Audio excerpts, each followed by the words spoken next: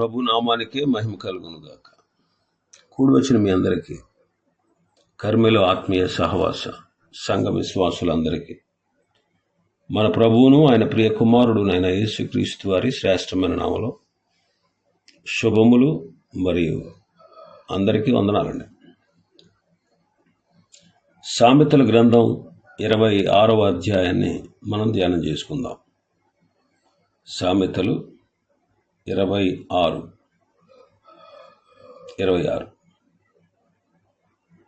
ఈ 26వ అధ్యాయంలో ముఖ్యాంశం ఏంటంటే, బుద్ధిహీనులు, సోమరులు, కొండెగాడు, పగవాడు, ఈ నలుగురు గురించి ఈ అధ్యాయంలో కొంత విపులంగా రాయబడి ఉంది. బుద్ధిహీనులు, సోమరి, కొండెగాడు, పగవాని పలుకు. మొదటి 12 వచనాల్లో బుద్ధిహీనుల గురించి రాయబడి ఉంది. మొదటి 12 వచనాల్లో బుద్ధిహీనుల గురించి రాయబడి ఉంది. మొదటి వచనం చదువుదాం. ఎండాకాలమునకు మంచు గట్టదు, కోత కాలమునకు వర్షము గట్టదు. అటువలే బుద్ధిహీనునికి ఘనత గిట్టదు. ఎండాకాలమునకు మంచు గిట్టదు. ఎండాకాలంలో కురిసే మంచు వల్ల అనేకమైనటువంటి ఫలవృక్షాలు, ఫలించే వృక్షాలు ఫలించకుండా అయిపోతాయి. కోతకాలం అప్పుడు వర్షం గిట్టదు. కోత కోసేటప్పుడు వర్షం వచ్చిందనుకోండి, ఆ పంట చేతికి రాకుండా నాశనం అయిపోతుంది. అలాగే బుద్ధిహీనునికి ఘనత గిట్టదు అంటున్నాడు. 8వ వచనంలో చదివితే బుద్ధిహీనుని ఘనపరిచేవాడు ఎలాంటి వాడో చెప్తున్నాడు. ఒడిసెలలో రాయి పెట్టి కదలకుండా దాన్ని కట్టేసే వారితో సమానం.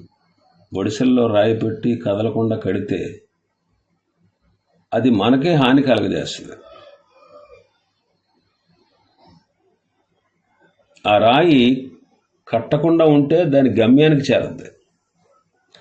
కట్టేసి ఉందనుకోండి, అది మనకు నష్టాన్ని, మనకే బాధను కలగజేస్తుంది.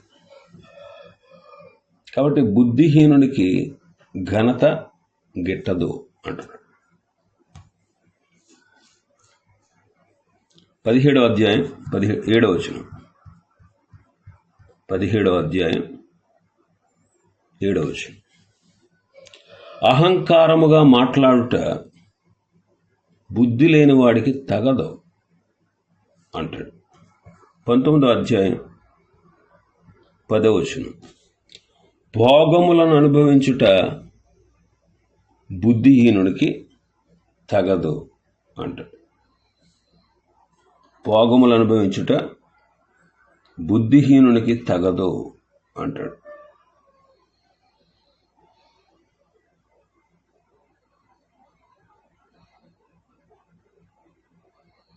బుద్ధిహీనులు అనే మాట సుమారుగా ఈ సామెతల గ్రంథంలో 59 సార్లు రాయబడింది. బుద్ధిహీనుడు ఎలాంటి వాడో ఈ గ్రంథంలో రాయబడింది. బుద్ధిహీనులి కన్నులు, వాడి కన్నులు ఎలాంటివో భక్తుడు చెబుతున్నాడు. 17వ అధ్యాయం 24వ వచనం. బుద్ధిహీనుని కన్నులు భూదిగంతములలో ఉండును. బుద్ధిహీనుని కన్నులు ఎక్కడ ఉంటాయంట? భూదిగంతములలో ఉంటాయి. భూదిగంతములు అంటే భూమి ఆకాశము కలిసే చోటుని భూదిగంతములు అంటారు. అసలు ఉందా? భూమి ఆకాశము అసలు కలుస్తాయా? కలవు. అలాగే బుద్ధిహీనుని కన్నులు ఎక్కడున్నాయంట? బూదిగంతాల్లో తిరుగుతాయి, బూదిగంతాలను వెతుకుతాయి. అంటే అసాధ్యపడనటువంటి కార్యాలకు వాడు ఎదురు చూస్తూ ఉంటాడు అన్నమాట. అసాధ్యమైన కార్యాలకు. ఇంకా 23వ అధ్యాయం 9వ వచనం చూస్తే వాడి చెవుల గురించి రాయబడింది. బుద్ధిహీనుడు వినగా మాట్లాడకము, అట్టివాడు నీ మాటలలోని జ్ఞానమును తృణీకరించును అంటాడు. బుద్ధిహీనుని చెవులు వినవు. అందుకే వాడు వింటూ ఉండగా మనం మాట్లాడకూడదు అంటున్నాడు. ఎందుకంటే వాడు మన మాటల్లో ఉన్నటువంటి జ్ఞానాన్ని తృణీకరిస్తాడు. మన మాటల్లో ఉన్న జ్ఞానాన్ని తృణీకరిస్తాడు.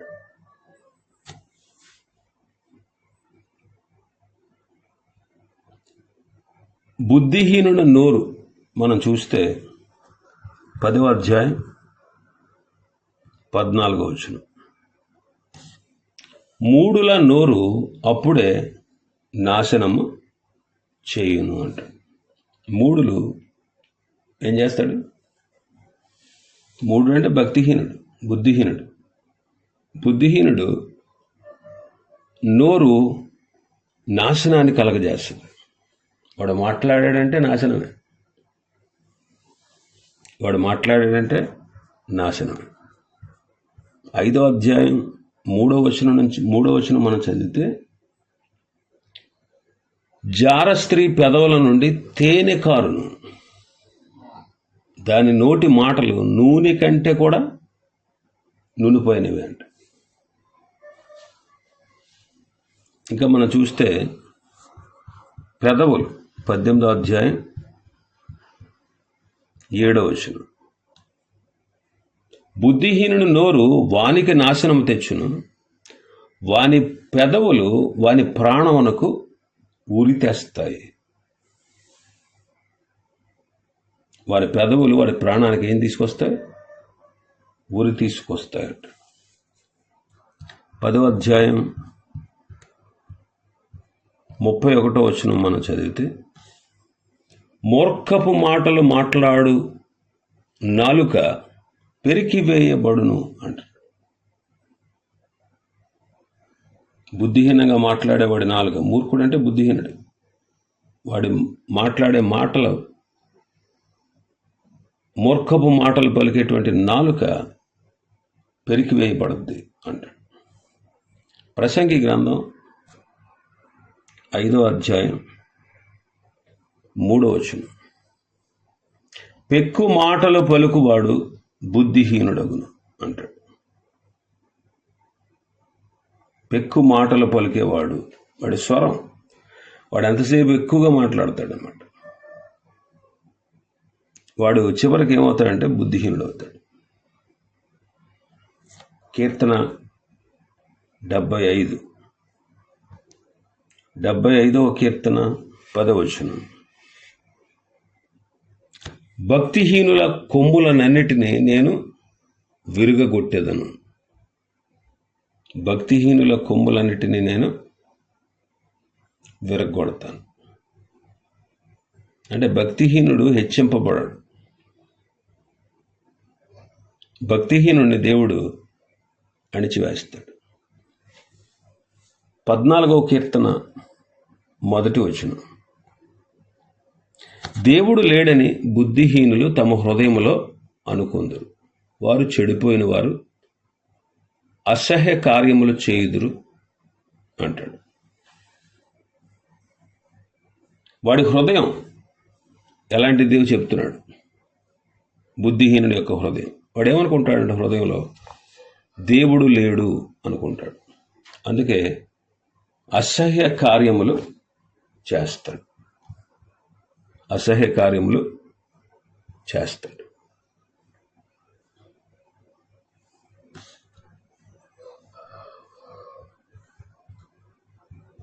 ఇంకా మనం చూస్తే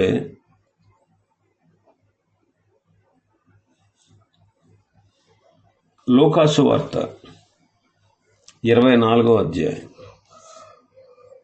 25వ వచనం. అందుకైన అవివేకులారా, ప్రవక్తలు చెప్పిన మాటలన్నిటినీ నమ్మని మందమత్తులారా అంటాడు. అమ్మాయి అనే త్రోవలో వెళుతున్నప్పుడు ఇద్దరు శిష్యులతో ప్రభువు మాట్లాడుతూ మారు రూపంలో వారికి కనిపించి వారితో మాట్లాడారు.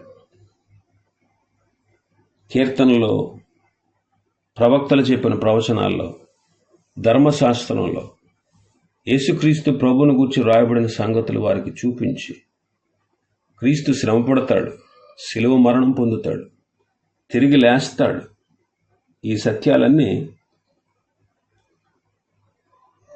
ధర్మశాస్త్రంలో, ప్రవక్తల వచనాల్లో, కీర్తనలలో ఆయన గురించి రాయబడినటువంటి సంగతులన్నీ వారికి వివరించి, మరి ఇవన్నీ మీరు ఎందుకు నమ్మట్లేదు, ఎందుకు మందమతులుగా ఉన్నారు, ఎందుకు అవివేకుల్లా ఉన్నారు అంటాడు.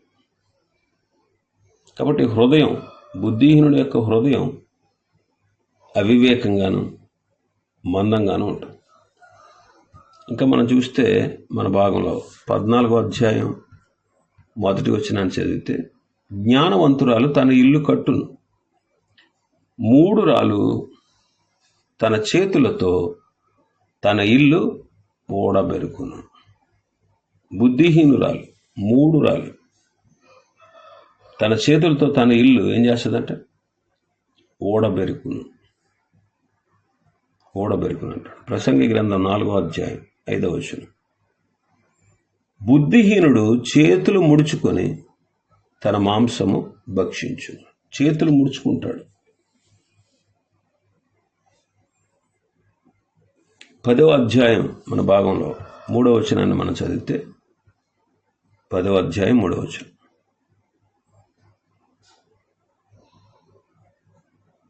10వ అధ్యాయం 13వ వచనం చదువుదాం. వివేకుని పెదవుల యందు జ్ఞానము కనబడును, బుద్ధిహీనుని వీపునకు బెత్తమే తగును అంటాడు.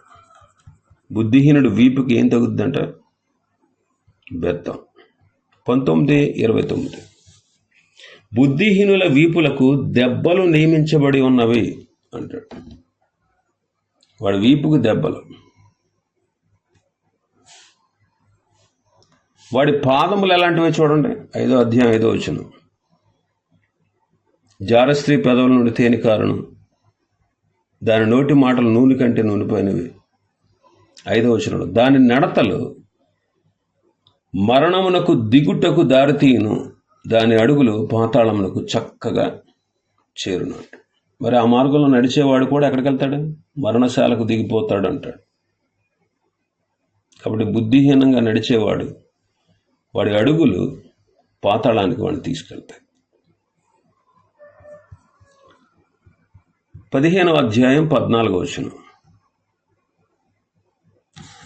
బుద్ధిహీనులు మూఢత్వాన్ని భుజిస్తారు అంటాడు. బుద్ధిహీనులు మూఢత్వాన్ని భుజిస్తారు. వాళ్ళ భోజనం ఏంటంటే మూఢత్వం. యెషయా గ్రంథం 44వ అధ్యాయం 20వ వచనం. వాడు బూడిద తినుచున్నాడు, వాడి మనస్సు మోసపోయినదే, తప్పుదారిని వాడిని తీసుకుని పోవచ్చున్నది. వాడు తన ఆత్మను రక్షించుకున్న జాలడనియు, నా కుడి చేతిలో అబద్ధమున్నది కదా అనియు అనుకొనుటకు వాడికి బుద్ధి చాలదు. బూడిద తింటాడంట. వాడి భోజనం అన్నవాడు బుద్ధిహీనుని యొక్క భోజనం. బుద్ధిహీనుని యొక్క మార్గం. కీర్తన గ్రంథం 14వ అధ్యాయం 1వ వచనం. వాడు దేవుడు లేడు అనుకుంటాడు, వాడు చెడిపోయిన వాడు అసహ్య కార్యాలు చేస్తాడు. లోకాసువార్త 12:21. లోకాసువార్త 12:21. దేవుని ఎడల ధనవంతులు కాక తమ కొరకే సమకూర్చుకునేవాడు అలాగుననే ఉండును అంటాడు. ఎవరి గురించి చెప్పాడు అక్కడ? ధనవంతుడైనటువంటి ఒక వ్యక్తి తన ప్రాణంతో చెప్పుకుంటున్నాడు, నా ప్రాణమా తినుము త్రాగుము సుఖించుము, సంతోషించుము అని చెప్పుకుంటున్నాడు తన ప్రాణంతో. ఆ రాత్రే వారి ప్రాణమును అడుగుచున్న వారు ఉన్నారు. గలతీ పత్రిక 3వ అధ్యాయం 3వ వచనం, ఆత్మానుసారంగా ప్రారంభించినటువంటి వాళ్ళు, గలతీ సంఘస్థులు, మొదట తమ ఆత్మీయ యాత్రను ఆత్మానుసారంగా ప్రారంభించారు. ఇప్పుడు శరీరానుసారంగా నడుచుకుంటున్నారు. కాబట్టి బుద్ధిహీనుని మార్గం. ఇంకా మనం చూస్తే బుద్ధిహీనుని యొక్క సంతోషాన్ని మనం చూస్తాం. ఏంటా సంతోషం అంటే 15వ అధ్యాయం 9వ వచనం, భక్తిహీనుల మార్గము యెహోవాకు హేయము. 21వ వచనం మనం చదివితే, బుద్ధి లేని వానికి మోడత సంతోషకరం. 10వ అధ్యాయం 23వ వచనాన్ని మనం చదివితే, చెడు పనులు చేయుట బుద్ధిహీనునికి ఆట. ప్రసంగి గ్రంథం 7వ అధ్యాయం 6వ వచనం చదివితే, బాణ క్రింద చిటపట ఎను చితుకుల మంట ఎట్టిదో బుద్ధిహీనుల యొక్క నవ్వు కూడా అలాంటిది అంటాడు. ఇంకా మనం చూస్తే బుద్ధిహీనుడు తాను జీవితంలో కుదర్చబడలేడు.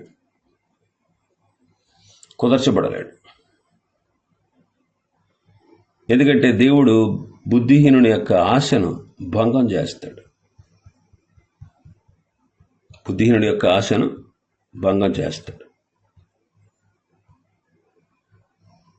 బుద్ధిహీనుడికి దెబ్బలు కొట్టినా సరే, 100 దెబ్బలు కొట్టినా సరే వాడికి నాటదు. అందుకే 17వ అధ్యాయం 10వ వచనం అంటాడు, బుద్ధిహీనుడికి 100 దెబ్బలు నాటునంత కంటే బుద్ధిమంతుడికి ఒక్క గర్దింపు మాట లోతుగా నాటుతుంది అంటాడు. 27వ అధ్యాయం 22వ వచనం, మూడుని రోటిలోని గోధుమల్లో వేసి రోకటితో దంచిన వాడి మూడత వదిలిపోదు. ఎందుకంటే వాడు కుదర్చబడడు. ఇక చివరిగా వాడి అంతాన్ని చూస్తాం, బుద్ధిహీనుని యొక్క అంతం. 3వ అధ్యాయం 35వ వచనం చదివితే, బుద్ధిహీనులు అవమానభరితులగుదురు అంటాడు. బుద్ధిహీనులు అవమానభరితులవుతారు. 1వ అధ్యాయం 32వ వచనంలో మనం చూస్తే, బుద్ధిహీనులు క్షేమము కలిగినదని మైమరచి నిర్మూలమవుతారు అంటున్నాడు. కాబట్టి మనం ఎలా ఉన్నాం? మనం బుద్ధిహీనులుగా ఉన్నామా, జ్ఞానం గలవారుగా ఉన్నామా? ఆ విషయాన్ని మనం గుర్తించాలి.